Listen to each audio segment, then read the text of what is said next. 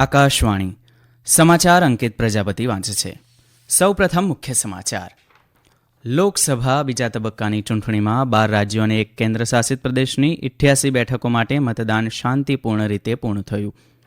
લોકસભાની ત્રીજા અને ચોથા તબક્કાની ચૂંટણી માટેનો પ્રચાર વેગવાન બન્યો. લોકસભા ચૂંટણીના 5મા તબક્કા માટે ગઈકાલે જાહેરનામું બહાર પડવાની સાથે જ ઉમેદવારીપત્ર ભરવાની શરૂઆત થઈ. લોકસભાની ચૂંટણી પ્રચાર માટે આજે ભાજપના અમિત શાહ, કોંગ્રેસના પ્રિયંકા ગાંધી સહિતના સ્ટાર પ્રચારકો પોતાની પાર્ટીના ઉમેદવારોના સમર્થનમાં પ્રચાર કરશે. હવામાન વિભાગે આગામી દિવસોમાં હીટવેવના કારણે ઓડિશા અને પશ્ચિમ બંગાળના કેટલાક સ્થળોએ રેડ એલર્ટ જારી કર્યું. આઈપીએલ ક્રિકેટમાં ગઈકાલે રાત્રે કોલકાતામાં પંજાબ કિંગ્સે કોલકાતા નાઇટ રાઇડર્સને 8 વિકેટથી હરાવ્યું હતું. સમાચાર વિગતવાર. લોકસભા ચૂંટણીના બીજા તબક્કામાં ગઈકાલે 60.96% મતદાન નોંધાયું છે. આ તબક્કામાં 12 રાજ્યો અને 1 કેન્દ્રશાસિત પ્રદેશ જમ્મુ અને કાશ્મીરમાં ફેલાયેલા 88 સંસદીય મત વિસ્તારોમાં મતદાન થયું હતું, જેમાં કેરળમાં 20, કર્ણાટકમાં 14, રાજસ્થાનમાં 13, ઉત્તર પ્રદેશ અને મહારાષ્ટ્રમાં 8-8, મધ્યપ્રદેશમાં 6, આસામ અને બિહારમાં 5-5, પશ્ચિમ બંગાળ અને છત્તીસગઢમાં 3 અને ત્રિપુરા, મણિપુર અને જમ્મુ અને કાશ્મીરમાં 1-1 બેઠકનો સમાવેશ થાય છે.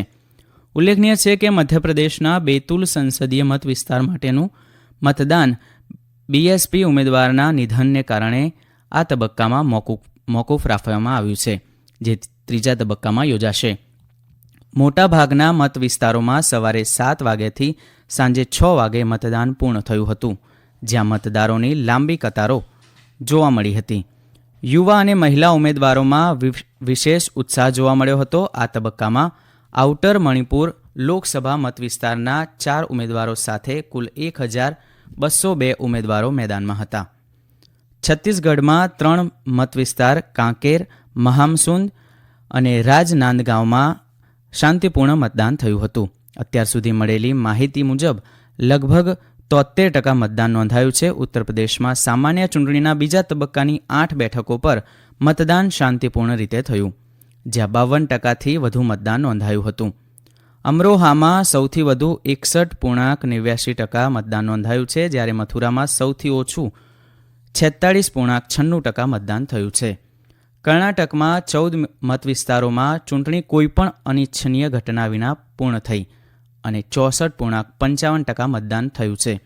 આસામમાં 5 સંસદીય મત વિસ્તારો માટે બીજા તબક્કાનું મતદાન શાંતિપૂર્ણ રીતે સંપન્ન થયું અને અંતિમ અહેવાલ સુધી લગભગ 70.68% મતદાન થયું. કેરળમાં તમામ 20 બેઠકો માટે ગઈકાલે 1 તબક્કામાં મતદાન થયું હતું. સત્તાવાર સૂત્રોના જણાવ્યા અનુસાર સાંજે 7 વાગ્યા સુધી રાજ્યમાં 70%થી વધુ મતદાન નોંધાયું હતું. કેરળ, રાજસ્થાન, ત્રિપુરા, તમિલનાડુ, સિક્કિમ, મણિપુર, મેઘાલય, નાગાલેન્ડ, મિઝોરમ, અરુણાચલ પ્રદેશ, ઉત્તરાખંડ, પોંડુચેરી, લક્ષદ્વીપ અને અંદમાન નિકોબાર ટાપુઓમાં હવે લોકસભા ચૂંટણી માટે મતદાન પૂર્ણ થઈ ગયું છે. લોકસભાની ત્રીજા અને ચોથા તબક્કાની ચૂંટણી માટેનો પ્રચાર વેગવાન બની રહ્યો છે. મુખ્ય રાજકીય પક્ષોના અગ્રણીઓ સંબંધિત મત વિસ્તારોમાં ચૂંટણી રેલી અને સભાઓને સંબોધન કરીને પ્રચાર કરી રહ્યા છે. ભાજપના વરિષ્ઠ નેતા અને પ્રધાનમંત્રી નરેન્દ્ર મોદીએ બિહારના મુંગેર અને અરારિયામાં જાહેર સભાઓમાં સંબોધન કર્યું હતું.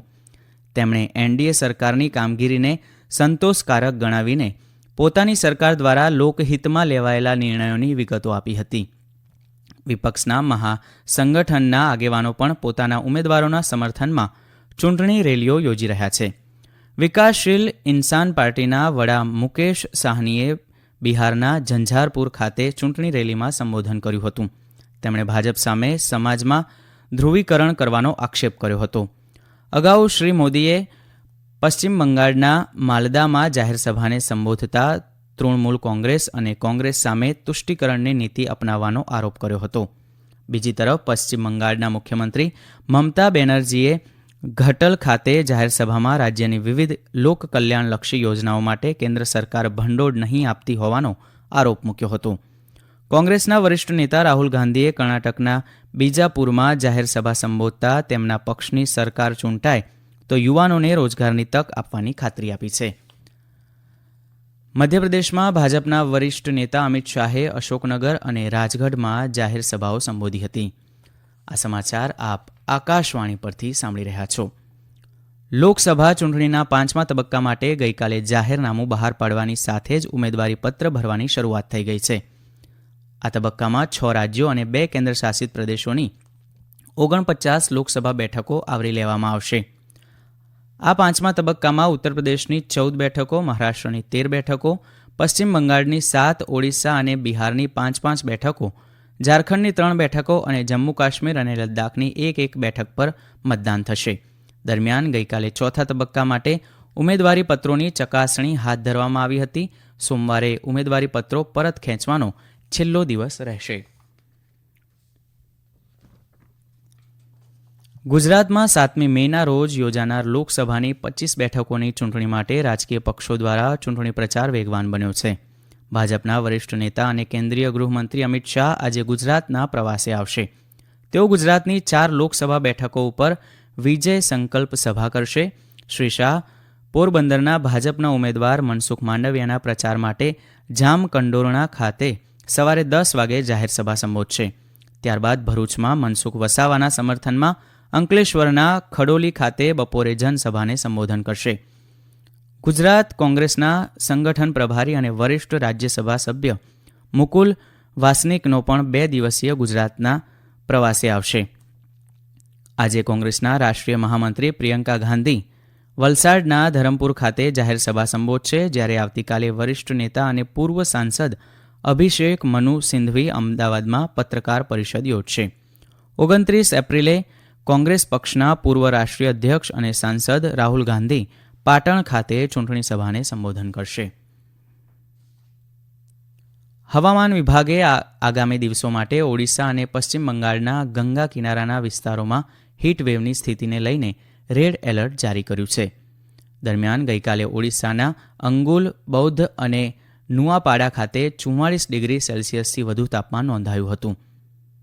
પશ્ચિમ ઓડિશાના મોટાભાગના શહેરોમાં 43 ડિગ્રી સેલ્સિયસ કે તેથી વધુ તાપમાન નોંધાયું હતું. તો બીજી તરફ બિહાર, ઝારખંડ, તેલંગાણા, રાયલસીમા, આંતરિક કર્ણાટક, તમિલનાડુ અને કેરળ સહિતના રાજ્યોમાં આગામી 30મી તારીખ સુધી હીટવેવની સ્થિતિ ચાલુ રહેશે. હવામાન વિભાગે મધ્ય ભારતમાં આવતીકાલ સુધી વાવાઝોડા, વીજળીના ચમકારા સાથે વરસાદ થવાની આગાહી કરી છે. ઉત્તર પશ્ચિમ ભારતના મેદાની વિસ્તારોમાં રવિવાર સુધી અને પશ્ચિમ હિમાલયના પ્રદેશમાં આ મહિનાની 29 તારીખ સુધી વરસાદ થવાની શક્યતા છે. આઈપીએલ ક્રિકેટમાં ગઈકાલે રાત્રે કોલકાતાના પંજાબ કિંગ્સે કોલકાતા નાઇટ રાઇડર્સને 8 વિકેટથી હરાવ્યું હતું. પ્રથમ બેટિંગમાં કોલકાતાએ નિર્ધારિત 20 ઓવરમાં 6 વિકેટ ગુમાવીને 261 રન કર્યા હતા. કોલકાતા તરફથી ફિલિપ સોલ્ટે 75 અને સુનિલ નારાયણે 71 રન કર્યા હતા. 262 રનના ટાર્ગેટનો પીછો કરતા પંજાબે 18.4 ઓવરમાં 2 વિકેટ ગુમાવી સ્કોર હાંસલ કરી લીધો હતો. પંજાબ માટે જોની બેસ્ટો સૌથી વધુ 108 રન બનાવીને અણનમ રહ્યો હતો. શશાંક સિંહે 68 રન બનાવ્યા હતા. મેચના અંતમાં જોની બેસ્ટોને પ્લેયર ઓફ ધી મેચ જાહેર કરવામાં આવ્યો હતો. આજે દિલ્હી કેપિટલ્સનો મુકાબલો મુંબઈ ઇન્ડિયન્સ સામે થશે. મેચ બપોરે 3:30 વાગે દિલ્હીમાં શરૂ થશે.